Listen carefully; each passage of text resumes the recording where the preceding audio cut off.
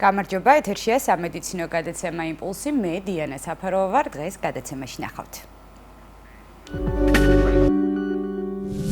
აკნე, მითი და რეალობა.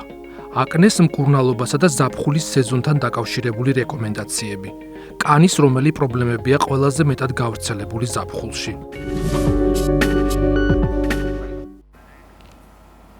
ზაფხული ყველასათვის გამორჩეული და საყვარელი პერიოდია, თუმცა ეს ის დროა, როცა კანის პრობლემები ყველაზე აქტიურად იჩენს თავს. არსებობს მრავალი ფაქტორი, რაც ზაფხულში კანს აზიანებს. აკნეს მკურნალობა და ზაფხულის სეზონთან დაკავშირებით რეკომენდაციები. რა არის აკნე და რა გავლენას ახდენს მასზე ზაფხული? თემაზე სასაუბრო დერმატოლოგი მანონი გოგიტიძე მოვიწვიეთ. გამარჯობა მანონი, დიდი მადლობა რომ ხართ გადაცემის სტუმარი. საკმაოდ აქტუალურ თემას ვეხებით, ზოგადად სანამ აკნეზე ვისაუბრეთ, მაინტერესებს რომელი დაავადებები, მათ შორის რა თქმა უნდა აკნე, მწვავდება. უფრო კონკრეტულად თქვენ როგორც პროფესიონალმა მინდა რომ ეს ყველაფერი გადაცემის მსვლელობის დროს ვისაუბროთ ამ თემასთან დაკავშირებით. რა დაავადებები მწვავდება ზაფხულის პერიოდში და რა არის ამის მაპროვოცირებელი გარდა მზისა? დიახ, ანუ ზაფხული ისეთი პერიოდია, რომელიც განსაკუთრებულ მდგომარეობაში აყენებს კანს პირველ რიგში. გავრცელებულია ფოტოდერმატიტი პირველ რიგში. ეს არის კანის ანთება, ლოკალური შეიძლება იყოს, შესაძლებელია იყოს დიფუზური, დამწრობა. ორივე შემთხვევაში კანი გამოირჩევა სიწითლით, ბუშტუკოვანი შესაძლებელია გამონაყარით ან შემოსაზღვრული ერითემით. წვა, ქავილი, ტკივილი, რაც ახასიათებს. გარდა ამისა გავრცელებული არის სითბური დაავადებები, ეგრეთ წოდებული მილიარიის სახით, რომელიც ასევე ახასიათებს ზაფხულის პერიოდს განსაკუთრებულ ადგილებში. აი მაგალითად მხრის, წინა მხრის შიდა ზედაპირები, კისრის მიდამო, ნაოჭის ადგილები, სადაც ასევე ჰიპერემიული პაპულოზური ელემენტები ან ბუშტუკოვანი სახითაც შესაძლებელია გამოვლინდეს. ორივე შემთხვევაში საჭიროება არის მზის ულტრაისფერის სხივებიდან დისტანცირება, სწორად გამოყენებული სამოსი, რომელიც ხელს შეუწყობს სათანადო აერაციას კანისას და ასევე მზის სხივებიდან დაცვას. დიახ, შესაძლებელია ზოგიერთი ადამიანი სპეციფიკურ გარემოში მუშაობს და აქვს სპეციალური სამოსი, რომელიც ხელს უწყობს ასეთი ტიპის დაავადებების განვითარებას. აი ასეთ შემთხვევებია სწორედაც საჭიროება ამისი, რომ არ იყოს მჭიდროდ ეს სამოსი, შესაძლებლობის დაგვარად ჰაერის გამტარი იყოს, ეს ხელს შეუწყობს პრევენციას ასეთი დიაგნოზების. გარდა ამისა გავრცელებულია სოკოვანი ინფექციებიც. მოგეხსენებათ ნოტიო გარემო, მაღალი ტემპერატურა, ეს ის პირობებია, რომელიც სოკოსთვის არის ყველაზე ხელსაყრელი. დიახ. ესეთი დიაგნოზები ერითრაზმა, ინტერტრიგული ერითემები, რომელიც არის სოკოვან ალერგიული ბუნების დიაგნოზები, რომელიც საჭიროებს სპეციფიკურ მკურნალობას, რა თქმა უნდა, თუმცა მოვლის თვალსაზრისით გრილი შხაპი, ანტისეპტიკური ნაყენების, ანტისეპტიკური ხსნარებით დამუშავება სათანადო ადგილებისა, შეიძლება იყოს ტერფი, შეიძლება იყოს საზარდულის მიდამო, ქალბატონებში ძუძუს ქვეშა არეალები. აი ეს ის ადგილებია, რომელსაც ახასიათებს სოკოვან ალერგიული ბუნების დიაგნოზები ზაფხულის პერიოდში.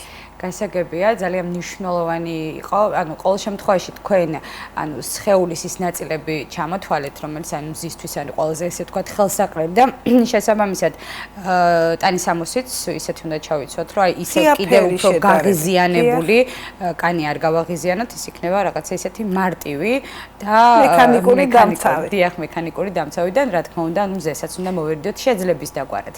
ეხლა მანონი რაც შეეხება აკნეს, ძალიან მოდით დავარქოთ, რომ რთული თემა არის, იმიტომ რომ ეს ადამიანის მთელს სხეულს მოიცავს და ანუ ხშირ შემთხვევაში ისევ შეცდომებს ვუშვებთ, ანუ ჩვენი თავის ექიმები ყოველთვის რაღაცნაირ თვითმკურნალობას ვეწევით, ან მეგობრის და მეზობლის, ანუ მე მომიხდა ეს მედიკამენტი, ანუ ყოველთვის რაღაცნაირად ვცდილობ, რომ როდესაც ჩამიმარდება ხელში საშუალება, რომ გადაცემის მეშვეობით ეს აღვნიშნო, ანუ იმისთვის არსებობს ექიმი, რომ მივიდეს გამწვავებამდე, ანუ აკნე ისეთია, ხა თქვენ უფრო კარგად გვეტყვით, რომ აუცილებლად უნდა მივიდეთ ჩვენ ექიმთან და თვითმკურნალობას არავითარ შემთხვევაში არ უნდა ვეწეოდეთ, ხო?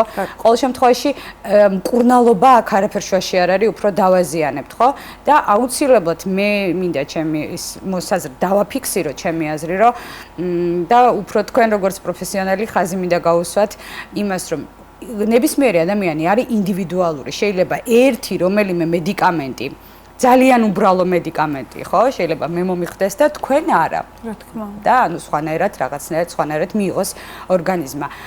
აკნეზე მინდა უბრალოდ დიდი კითხვა გამომივიდა თავის ჭართულობით, მაგრამ აკნეზე მინდა ვისაუბროთ, ანუ პირველი ნიშნები და სიმპტომი რა არის, რომ აი უნდა მოვიდეთ დერმატოლოგთან და უკვე დერმატოლოგი ადგენს ამას აკნეა. აკნესთან დაკავშირებით ცოტა შორიდან მოული, იმიტომ რომ ეს პირდაპირ კავშირშია. სებორია, ეს არის კანის ცხიმოვანი ჯირკვლების მიერ ცხიმის გამომუშავების გაძლიერება, რომელიც ერთ-ერთი მისი განშტოება, ასე ვთქვათ, აკნეა, სებორია აკნე. აი ესე მოიხსენიება ხოლმე. თუმცა ცხიმის გამომუშავება ცუდი სულაც არ არის, ეს არის ჩვენი კანის ბარიერული ფუნქცია, მაგრამ როდესაც ჰიპერსეკრეცია მიდის, ასეთ შემთხვევაში იქნება სათანადო პირობები იმისთვის, რომ განვითარდეს აკნეს ტიპის გამონაყარი, რომელიც გამოიხატება ჰიპერემიული პაპულებით, პუსტულებით, რომელიც ძალიან ხშირად ჩირქოვანია, ანუ მიკრობული ფლორა მასში ბაქტერიულია, კვანძები, შესაძლებელი კისტებიც განვითარდეს და კომედონები, შავი კომედონები, რომლის შემადგენლობაშიც ასევე ბაქტერიული ფლორა არის. აი ეს არის აკნესთვის დამახასიათებელი ის ნიშნები, რომელიც ასე ვთქვათ, იძლევა იმის წინაპირობას, რომ მივმართოთ ექიმს.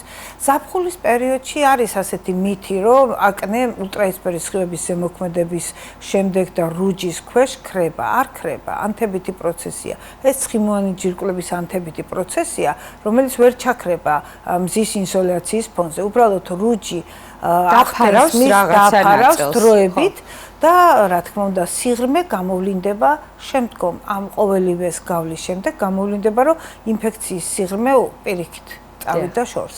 აქედან გამომდინარე აკნე ითხოვს ასეთ ყურადღებას. როგორც წესი აკნე დაკავშირებულია ჰორმონალურ დისბალანსთან, თირკმელზე და ჯირკვლის ფუნქციის გაძლიერებასთან. აკნეს გაძლიერებას ხელს უწყობს ძალიან ხშირად სტრესი, ასევე ჰორმონალური გარკვეული მდგომარეობა, ურსულობის ან კონტრაცეპტივებთან დაკავშირებული მდგომარეობა, ეს ყოველივე აკნეს მდგომარეობას ამწვავებს. გარდა ამისა, მინდა ვთქვა, რომ აკნეს თვითმკურნალობას მოაქვს ის, რომ შესაძლებელია არაკომედონური საცხების გამოყენება. არაკომედონური ნიშნავს, რომ ფორების დახშობა ხდება, ჰაერის გამტარობა ნაკლები აქვს, ხარისხის მიუხედავად და ის იწვევს ასევე ინფექციის გაღრმავებას. აკნის შემთხვევაში დერმატოლოგის მოწოდება რა არის, რომ გაატაროს პაციენტი განსაკუთრებით მოზარდები, რომელთაც უმეტესად აკნე მათ ახასიათებთ, ისე რომ არ დატოვოს კვალი, ან კანი დარჩეს ტრაუმის გარეშე და სწორედ არასწორი მიდგომა იძლევა ამის ნაკლებ შანსს. ინფექციის გაღრმავება ტოვებს ნაწიბურს, ტოვებს კვალს, გიპერპიგმენტაციას და პოსტაკნე პიგმენტური ლაქები არსებობს. მანენ ჩვენ სანამ ეთერში შევიდოდით, ერთი ძალიან კარგი თემა მითხარით და ანუ არ შეიძლება ისე რომ გაგიშვათ ეს თემა რო შევეხოთ ამ თემას უშუალოდ თქვენი როგორც დერმატოლოგის ზოსტერი. რომელიც როგორც ახსენეთ, ეს არის გაზაფხულზე უფრო იჩენს თავს, მაგრამ რატომღაც წელს ზაფხულში, როგორც თქვენ აღნიშნეთ, უფრო იჩენა თავის ზაფხულში, რაც არ არის იმისთვის დამახასიათებელი. შეიძლება იყოს ისეთი ადამიანი, რომელსაც ახლა ჩვენი დახმარება ჭირდება, თქვენი რეკომენდაციები, რა არის ზოგადად ზოსტერი, რატო არის ზაფხულში და რა არის მისი მაპროვოცირებელი ესეთი, ანუ მესმის რომ ზე არის, ოფლიანობა და ასე შემდეგ, მაგრამ ანუ გაზაფხულზე სულ სხვანაირი ტემპერატურა ვიდრე ახლა და რატო იჩენს ახლა თავს და როგორ შეიძლება ამ ყველაფერს თავი რო ავარიდეთ? დიახ. როგორც წესი იმუნოდეფიციტის ფონზე ვითარდება ვირუსული ხასიათის დიაგნოზია, ნერვული დაბოლობის ანთება, რომელიც კანის ხრივ გამოიხატება პაპულოპუსტულოზური ელემენტებით, რომელიც განლაგდება გარკვეულ წილად. სწორხაზოვნად და ჰიპერემიული ერითემის ფონზეა ეს ბუშტუკები და პაპულები. სხვათა შორის შემოსარწყლითი ლიქენი ქვია მეორე სახელწოდება, სწორედ მაგიდან გამომდინარეა, რომ ის ამ ნერვული დაბოლოების გაყოლებაზე განლაგდება და ტკივილიც არის შემოსარწყლითი, ანუ გადამცემი. და საკმაოდ რთული დიაგნოზი. აი მაგალითად არის წელის არეში როცა არის იწყება, ხო? დიახ, ხერხემლის მიდამოდან ზურგის არედან გადმოდის და შესაძლებელია გულმკერდამდეც აღწევდეს. ბუშტუკები არის სეროზული სითხით სავსე, როდესაც ჩვეულებრივი შემთხვევა, მაგრამ არის მეორადი ინფექციის შემთხვევებიც, როდესაც პაციენტი დროულად ვერ ახდენს ექიმთან ვიზიტს და მეორადი ინფექციის გამო აქ კიდევ ანთებითი პროცესი გვემატება. ჩვეულებრივ ვირუსული დიაგნოზია, რომელიც მრავალი პროფილის ექიმის პრეროგატივაა, მათ შორის ნევროპათოლოგის, ინფექციონისტის და მათ შორის დერმატოლოგისაც. გავრცელებულია, იმიტომ რომ მაღალი ტემპერატურის და ოფლიანობის ფონზე, კონდიციონერის, გამაგრილებელი სპეციალური დასადგამების და აგრეთვე ორპირი ქარის შემთხვევაში მაღალი ალბათობა, როცა ორგანიზმი ამისთვის მზადაა ჰერპეს ზოსტერის განვითარების. ექიმის დერმატოლოგების პრაქტიკაში დღესდღეობით საკმაოდ გავრცელებულია და ამითანხმებიან კოლეგები. გასაგებია და ოფლიანობა ვახსენეთ. ანუ ჭარბი ოფლიანობა შეიძლება ადამიანს არა მხოლოდ ზაფხულში, არამედ წლის ნებისმიერ სეზონზე გქონდეს, როდესაც ანუ რა ხდება ამ დროს ადამიანის ორგანიზმში, განსაკუთრებით ზაფხულში ეს რა თქმა უნდა უხერხულობის შეგრძნება, რომ თავიდან რომ მოვიშოროთ თქვენ როგორც დერმატოლოგი, რას გვირჩევთ? ოფლიანობა ეს ფიზიოლოგიური მდგომარეობა დღე ამ მაღალი ტემპერატურის ფონზე, მაგრამ ადამიანი რომელიც საზოგადოებაში ტრიალებთ და ასე შემდეგ, ამისთვის საჭირო არის გარკვეული манипуляციები, თუნდაც ელემენტარული გრილი შხაპი, ან ანტისეპტიკური ნაყენის შემცველი წყალი, რომელიც შეიძლება გადაივლოს, ან გამოიყენოს შესაბამისი საშუალებები, უფრო ბუნებრივი საშუალებები, შესაძლებელია ზოგისთვის მიუღებელიც იყოს, რაც ხელს შეუწყობს, რომ ოფლი იყოს ნაკლებ ზიანის მომტანი. ამიტომ აქედან გამომდინარე წეღანაც ვახსენეთ, მორგებული და ჰაერგამტარი, კარგი ხარისხის სამოსი, ასევე ღია ფერის ეს ხელს შეუწყობს, რომ ოფლიანობა ნაკლები ზიანი მიაყენოს, თორემ თვითონ ოფლიანობა ფიზიოლოგიური მდგომარეობა. თუმცა დერმატოლოგთან როდესაც მოდიან გარკვეული დიაგნოზებით, პირველი რასაც ეკითხება პაციენტს ეს არის, რომ როდის უფრო გაქვთ ეს ოფლიანობა, გაქვთ იმაზე მეტი, ვიდრე შეეფერება რომელიმე მდგომარეობას. ამ შემთხვევაში აუცილებლად გვერდება ენდოკრინოლოგი პრობლემაში. შესაძლებელია გულსისხლთა პრობლემა იყოს, როცა ოფლიანობა არის იმაზე მეტად გამოხატული. ექიმი უნდა იყოს ამ დროს ჩართული, რომ გამოიწყოს. დერმატოლოგი აუცილებლად მიმართავს თავის კოლეგებს დახმარებისთვის, პაციენტს მიუთითებს ყოველ შემთხვევაში. ანუ ოფლიანობა არც ისე უნებელი თემა, ასეთი ადვილად манипуляციებით და გადავლებით მოსაშორებელი თემა არ არის. გარკვეული მკურნალობა არის საჭირო და ინდივიდუალურია. სიმპტომია, რა თქმა უნდა. და გავაგრძელებ ისევ, თუნდაც ოფლიანობას რო ჩაუყრმავდეთ, ნებისმიერი ადამიანი არის ინდივიდუალური, თუნდაც ორი პაციენტი რომ მოვიდეს, ერთი და იგივე ჩივილებით, მიდგომა ხო ყოველთვის სხვადასხვა არის, ინდივიდუალურად ინიშნება ნებისმიერისთვის მედიკამენტი და ალბათ ესე ვამბობ სწორად, ხო? იმიტომ ვამბობ, რომ ანუ ნებისმიერ ჩვენთაგანი ვართ ინდივიდუალური, რაც არ უნდა ერთი და იგივე გჭირდეს რაიმე დაავადება, ან დიაგნოზი იყოს, მაინც არის ინდივიდუალური და სხვადასხვა მედიკამენტი, რა თქმა უნდა, ენიშნება. ამიტომ ვამბობ თავში, რაც ვახსენე, რომ ანუ მეზობლის და მეგობრის კი ბატონო, დაგვეხმარეთ, მაგრამ მაინც უნდა მივიდეთ ექიმთან და ექიმა უნდა გვირჩიოს და დიაგნოზს ვამს ექიმი. ეხლა სითბურ გამონაყართან დაკავშირებით რა ხდება, ესეც ძალიან საინტერესო არის. რისგან არის, ანუ ამ ყველაფრისგან რაც ვილაპარაკეთ, განსხვავებული რითია და მიდგომა, თუნდაც მკურნალობა, თუნდაც რა საკში შეიძლება ეს ადამიანს რო დაემართოს და შემდეგ უკვე ყველაზე სენსიტიურ ბავშვებზე გადავიდეთ. დიახ, მილიარია, ანუ სითბური გამონაყარი, რომელიც ახლა ჩვეულებრივად ძალზედ გავრცელებულია. შესაძლებელია ექიმის გარეშეც გადავიდეს ეს პრობლემა, არ დარჩეს საჭიროება, თუმცა არის ისეთი მომენტები, როცა პაციენტს აქვს შიში, პაციენტს აქვს ამის გამო გარკვეული ჩივილები, შესაძლებელია ის იყოს პაპულოპუსტულოზური სახით გამონაყარი, აი როცა პუსტულად ჩდება და სეროზული სიცხით ბუშტუკები გამოიხატება პრობლემა, ის გარკვეულწილად მტკივნეულობასთანაც შეიძლება იყოს დაკავშირებული და უხერხულობასთან, ვინაიდან ლოკალიზაცია აქ მხრის, წინამხრის შიდა ზედაპირები, ანუ ნაოჭის ადგილები, შეხებითი ადგილები და აქედან გამომდინარე ეს ქმნის გარკვეულ დისკომფორტს. ამიტომაც მილიარიის შემთხვევაში შესაძლებელია გაიაროს ექიმის რეკომენდაცია. შედარებით სუბუქია ეს დიაგნოზი და დაკავშირებული არის მაღალ ტემპერატურასთან, ტენიანობასთან და ისევ ოფლიანობასთან. რეკომენდაცია არის ელემენტარული, ისევ და ისევ გრილი წყლის გადავლება და ანტისეპტიკური დამუშავება, რა თქმა უნდა, ამ გამონაყარის. ეს არის აუცილებელი და შესაძლებელია გამოყენებული იქნას აგრეთ ცინკის ფუძეზე გარკვეული ემულსიები, სუბუქი ემულსიები, რომლებიც დაატენიანებს და ხელს შეუშლის ახალი ელემენტის გაჩენას. როგორც დავაანონსე, ყველაზე სენსიტიური თემა არის ბავშვებზე.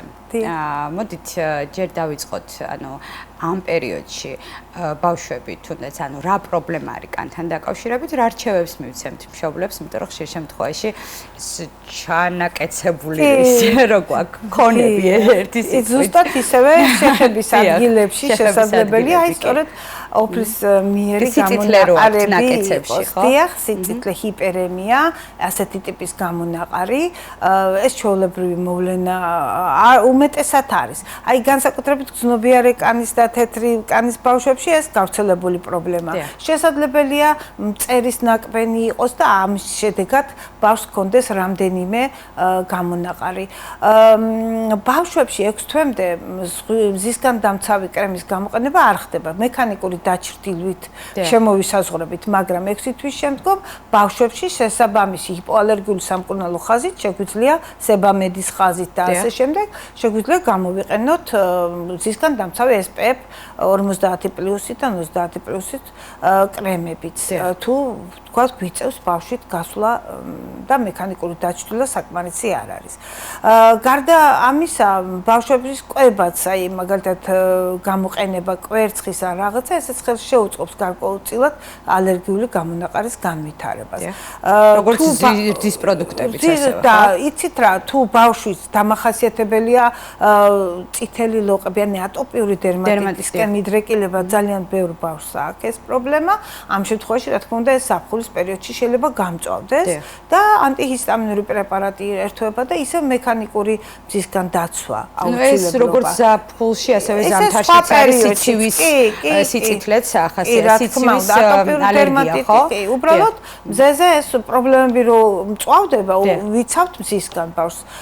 სხვა არაფერი განსაკუთრებული არაფერი, მზისგან დამცავი კრემი, მექანიკური დაცვა და რა თქმა უნდა ის დღის რეჟიმი, რომელიც მუდამ ისმის ტელევიზიიდანაც და ყველა მხრიდან, რომ თავის პერიოდები აქვს მზეზე გასვლას. რა თქმა უნდა, რასაც არ ვითვალისწინებთ ძალიან ხშირ შემთხვევაში. და რის გამოც გვაქვს კანის ტრავმებთან საქმე. დიახ, კარგით, მაშინ რადგან ეს თემა წამოიჭრა, მაინც ესე იგი არ არის მოგვარებული, ვართ ჯიუტები, გვინდა თუნდაც რუჯი, კარგად რუჯის დროს გონია რა ესეა, მე მაგალითად მომწონს, მაგრამ თქვენ როგორც დერმატოლოგი რასამუთან ვიცით, რომ 12-დან რომელსაც 3-ზე, 3-მდე, 4-მდე აშენება, როდესაც ზენიტში არის, გასაგებია, მაგრამ შეიძლება ადამიანი ისეთი თეთრი იყოს, ხო, მაინც დაიწვას თუნდაც დილის 7 საათზე, ხო? მაგრამ დამცავი თქვენ SPF-ი ახსენეთ. ყოველ შემთხვევაში არსებობს ისეთი რეკომენდაცია, როდესაც აი საერთოდ გამწვავებულ პერიოდს ვამბობ, როდესაც ადამიანს აქვს რაღაცა დაავადება, არავითარ შემთხვევაში არ შეიძლება გასვლა. თქვენი რეკომენდაცია რა იქნება? რა თქმა უნდა. სხვა სპეციალობის ექიმებიც აძლევენ რეკომენდაციას ფარისებრი ჯიუტის პათოლოგიების დროსაც. ჩვენი მხრიდან კანის ახალწამონაქმნი თუ არის, არ არის დაზუსტებული, დიფერენცირებული დიაგნოზი ჯერჯერობით, თუმცა თუ მიდრეკილია ადამიანი ხალებისკენ და წარმონაქმნებისკენ, ამ შემთხვევაშიც საკმაოდ ფრთხილად უნდა იყოს. გარდა ამისა, ფოტოდერმატიტი, ესეც ერთ-ერთი არის პაციენტები, რომლებიც მზეზე ყოფნისას განიცდიან ჰიპერემია, სახე უწითლდება და არა მხოლოდ სახე, სხეულის ღია ნაწილები. აი აკნეს შემთხვევაშიც პირდაპირ მზის სხივზე ყოფნა სასურველი არ არის აკნეს დაავადების მქონე პაციენტები, ეს ესთეტიკურ ენდოკრინული ტიპის დიაგნოზია, ასე ვთქვათ, რომელიც საჭიროებს ენდოკრინოლოგის ჩართვას აუცილებლად დერმატოლოგისთან ერთად და გარდა ამისა სასურველია ზაფხულის ამ პერიოდში შეხვდეს ნამკურნალები. აი ამ შემთხვევაში სხვა ფიზიოთერაპიის სახით ნამდვილად წარდგება პაციენტს და არა პირდაპირ მწვავე სახით. გარდა ამისა ეს სხვა წლებშიც გვითქვია და განმეორდები, რომ აუცილებელია გათვალისწინება თუ პაციენტს აქვს რაიმე ქრონიკული დიაგნოზი, ამ შემთხვევაში და დამოკიდებულია რაიმე წამალზე, ამ შემთხვევაშიც მზის ინსოლაცია სასურველი არ არის. გარკვეული ჯგუფის ანტიბიოტიკების შემთხვევაშიც ამ დროს შესაძლებელია ალერგიული, დაყოვნებული ალერგიული ან დაუყოვნებელი ტიპის ალერგიული რეაქციები განვითარდეს. აი ახლა ჩემ ექიმის პრაქტიკიდან ძალიან გავრცელებული არის შეშუპება ცხვირტუჩის ეს ურტიკარიის სახეობა, ანგიონევროზული შეშუპება, რომელიც დაკავშირებული არის ზოგჯერ იმ ინექციურ თერაპიებთან, რომელსაც გადიან პაციენტები შეიძლება ზაფხულამდეც, მაგრამ გარკვეული სენსიტიური უბნები რჩება. და ეს ხელს უწყობს აი ამის განვითარებას და ესეც უნდა გაითვალისწინოს პაციენტმა. ამიტომ პირდაპირ მზის სხივს ამ შემთხვევაშიც განსაკუთრებით უნდა მოერიდოს. რადგან ეს თემაც წამოჭერით, მოდით ზაფხულის კოსმეტიკა, ესე ვთქვათ, ანუ როგორც მაგალითად ზამთარში ცოტა ეს გამოვიყენებთ მძიმე მეიქაპს ზაფხულში ვერანაირად ვერ გამოვიყენებთ, ხო? იმიტომ რომ მძიმე არის. ანუ რას გვირჩევთ მაგალითად ვისაც უყვარს მეიქაპი ზაფხულში? მე მაგალითად არ მიყვარს და მირჩევნია ისე იყოს უბრალოდ მზის დამცავი და გავდივარ გარეთ, მაგრამ არიან გოგონები, რომელსაც უყვართ და უხდებათ ეს ყველაფერი. თქვენ როგორც დერმატოლოგი რას გვირჩევთ? როგორი ესე ვთქვათ, რა პროცედურები უნდა ჩავიტაროთ, იმიტომ რომ სახის კანის მოვლაც ძალიან მნიშვნელოვანია, უპირველესია უბრალოდ და რა манипуляციები ჩავატართ? დიახ, აი ინექციური ესთეტიკური მედიცინის გამოყენება ამ შემთხვევაში შერჩევითად ეს ერთი. კიდევ პაპილომების მოშორებაც ესეც შესაძლებელია ამ დროს უნდა ეს ადამიანს, მაგრამ გარკვეული დღეების სასურველია რომ მზეს მოერიდოს. გარდა ამისა, რაც შეეხება კოსმეტიკის გამოყენებას, ნაკლებ წვნიან ფუძეზე უნდა იყოს ის და უფრო მსუბუქი ტიპის, განსაკუთრებით აკნეს შემთხვევაში, ვინაიდან ფორები როცა ფართოა, მისი დახშობა ხელს შეუწყობს კიდევ უფრო მეტად ბაქტერიული ფლორის განვითარებას. მზისგან დამცავი SPF 30+ ყოველდღიური გამოყენებისთვის არის სასურველი. თუ უფრო ხანგრძლივი პერიოდით საჭიროებს პაციენტი, თქვათ, ადამიანი ზოგადად მზეზე ყოფნას ამ შემთხვევაში მზისგან დამცავი ფაქტორი 50+ უნდა იქნეს გამოყენებული. ზაფხული ის პერიოდია, როცა კანი შეიძლება გაათავისუფლო ყველაფრისგან და დაასვენო. დიახ, მან მაყურებელმა მოგწერა სახის გაწმენდა სურს ახლა ამ პერიოდში, რამდენად რეკომენდაციას რამდენად გაუწევთ სახის გაწმენდას, ანუ სიცხესთან დაკავშირებით, მაინც არის შესაძლებელი თუ ანუ რა თქმა უნდა შესაძლებელი არის, მაგრამ არის შესაძლებელი, მაგრამ ერთი რამდენიმე დღე მზეზე ყოფნას არ გაიროჯება. ხო, ვერ გარუჯვას განასწავი შეკავებას. ურჩევ, აი როგორც პაპილომების მოშორების შემთხვევაში, ის უბნები გარკვეულ სენსიბილიზაციას იღებენ და სახის გაწმენდის შემთხვევაშიც ასეა, პირდაპირ მზის სხივის ზემოქმედება ხელს არ შეუწყობს კარგ პროცესებს. ამიტომ სასურველია ცოტა ღრუბლიანი ამინდები შეარჩიოს და რამდენიმე დღე თავი შეიკავოს პირდაპირ მზის სხივისგან. ამან ნახეთ რა საინტერესო კითხვა არის, როდესაც გადის მაყურებელი მზეზე, ანუ კისრის არეში მზე როდესაც ხვდება, ეგრევე ლაქავდება კისრის მიდამო. რასთან შეიძლება, რა დაავადებასთან შეიძლება მქონდეს ალერგიული ვასკულიტების შემთხვევაში ხდება ეს და ეს მზის ღია სხეულის ღია და მზის ინსოლაცია ისევ ფოტოდერმატიტების ჯგუფში შესაძლებელია გავიდეს ეს დიაგნოზი. მრავალი ფაქტორია, უშუალო შეხება ექიმთან. ეს რამოდენიმე წელია თან აღნიშნა, ბოდის შეგაწყვეტნით აღნიშნა, რომ რამოდენიმე წელი არის ეს ანუ შარშანაც იგივე განმეორდა, მხოლოდ კისრის მიდამოში ლაქები მრჩება და ზაფხულის შემდეგ გადადის. დიახ, ანუ სწორედ ამის თქმა მინდა, რომ ულტრაისფერ სხივებზე გარკვეული სენსიბილიზაცია მიიღო პაციენტმა შესაძლებელია ეს უკავშირდებოდეს რაიმე მედიკამენტოზური მკურნალობის გადატანას. მრავალი ფაქტორია, რასაც შეუძლია სხეულის ღია ნაწილებზე გამოიწვიოს ასეთი ტიპის რეაქცია. თუმცა არის ადამიანის ტიპები, რომლებიც ფსიქოემოციურ ფონზეც განიცდიან ასეთ ჰიპერემიული ლაქების გაჩენას და შესაძლებელია ფსიქოემოციურ ფონთანაც იყოს დაკავშირებული. უშუალო შეხებაში უფრო მეტის თქმა შეიძლება. კი ბატონო. ყველაფერთან ერთად ძალიან საინტერესო არის ჩვენ ძალიან ბევრი ესე ვთქვათ დაავადებას გავუსვით ხაზი და ის კონკრეტული მესიჯები მივაწვდენთ მაყურებელს, მაგრამ საინტერესო არის ზოგადად როდის უნდა მიმართოთ ექიმს. თქვენ გექნებოდეთ ახლა პრაქტიკაში, რომ ანუ როდესაც ანამნეზს კრებთ ეკითხებით როდის დაიწყო 2 წლის წინ 1 წლის წინ 9 წლის წინ ნუ კითხვა ჩნდება მანამდე სად იყავი ხო აი ეს კითხვა რო არ დავსვათ რა თქმა უნდა დროზე უნდა მივიდეთ ექიმთან მაგრამ მაინც ვართ ჯუტები მაინც მოდიან ადრე თუ გვიან მაგრამ ამაში უფრო მეტი დრო გვეხარჯება და ზუსტად ის ნევრები რაც დერმატოლოგიური კუთხით ძალიან ცუდი არის, ხო?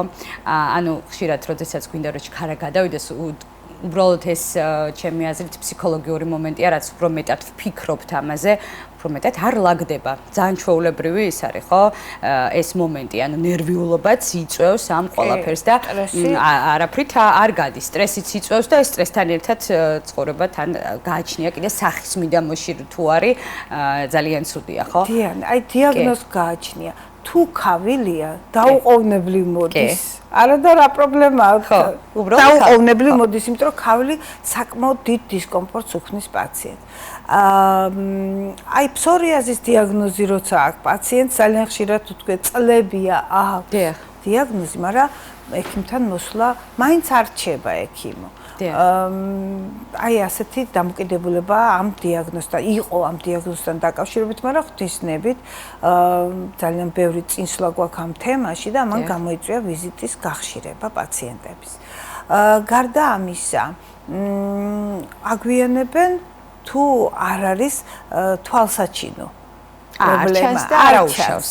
არ ჩანს და კანი არ აღიქმება ასე კატასტროფულად და მაგრამ ისეთ კონდიციამდეც მიდიან რომ მე ისე მწვავდება სუბიექტური ჩივილებიც იკვეთება ისეთ ობიექტურადაც საკმაოდ რთული მდგომარეობა ამ შემთხვევაში ვიზიტს ახშირებენ ექიმთან. მან და ბოლოს მოდით რას გვირჩევთ ამ თემასთან დაკავშირებით? არა მხოლოდ აკნესთან დაკავშირებით, რაც ვთქვით ნებისმიერი დაავადება, ანუ რა თქმა უნდა ინდივიდუალურია მიდგომაც, დროც მკურნალობს ყოველს გვინდა, ანუ რომ მოვდივართ, ანუ რამდენ ხანში მოვრჩები, ხო? შეიძლება ისეთი 5 დღე ვთქვათ, პირობითად ალაგების, ხო? მაგრამ აი ეს ხო მოგწონს, როდესაც ამბობს ექიმი, რა, სულ რაღაც 5 დღე ესეთი რაღაც მნიშვნელოვანის მოშორებისთვის, ხო? პირველ რიგში დავამატებ იმას, რომ დროულად უნდა მოგმართონ, მაგრამ თქვენი რეკომენდაცია რა იქნება? დიაგნოზი გააჩნია. რა როგორ და როდის? არის დიაგნოზები მართლა 5 დღის და მკურნალობა სავსებით საკმარისია, მაგრამ კანში სამწუხაროდ არის დიაგნოზები, რომელიც მორეციდივე ხასიათს ატარებს და ამიტომ აქედან გამომდინარე მკურნალობის პერიოდი მოიცავს თვეებსაც და შეიძლება წლებსაც. ზოგი უკვე დამოკიდებული არის ჩვენთან მაგალითად ქრონიკული დიაგნოზით მქონე პაციენტები. ერთვებიან პროგრამებში, აჭარის ჯანდაცვის პროგრამებში და ასე შემდეგ და ეს იწვევს გახანგრძლივებას მკურნალობისას. აქედან გამომდინარე, ექიმთან ვიზიტი ყველა შემთხვევაში იწვევს პოზიტიურ მუხტს, ვინაიდან ესთეტიკური თვალსაზრისით კანი იწვევს სერიოზულ სტრესს. აქედან გამომდინარე, ექიმთან ვიზიტის შემდეგ, როდესაც ის დაიმედებული და დანიშნულებით მიდის, სასურველი შედეგი უფრო უხშირესად დგება ძალიან სწრაფად. ან დგება ის რემისია, ეგრეთ წოდებული, რომელიც იძლევა საშუალებას, რომ პრაქტიკულად ჯანმრთელად იყოს პაციენტი. ერთი სიტყვით დროულად, როდესაც მიმართავთ ექიმს, ძალიან ბევრ უსიამოვნებებს ავირიდებთ თავიდან. ძალიან დიდი მადლობა მანენი საინტერესო პასუხებისთვის. ეს ის მთავარი მესიჯები იყო, რაც გვჭირდება ნებისმიერ ჩვენთაგანს.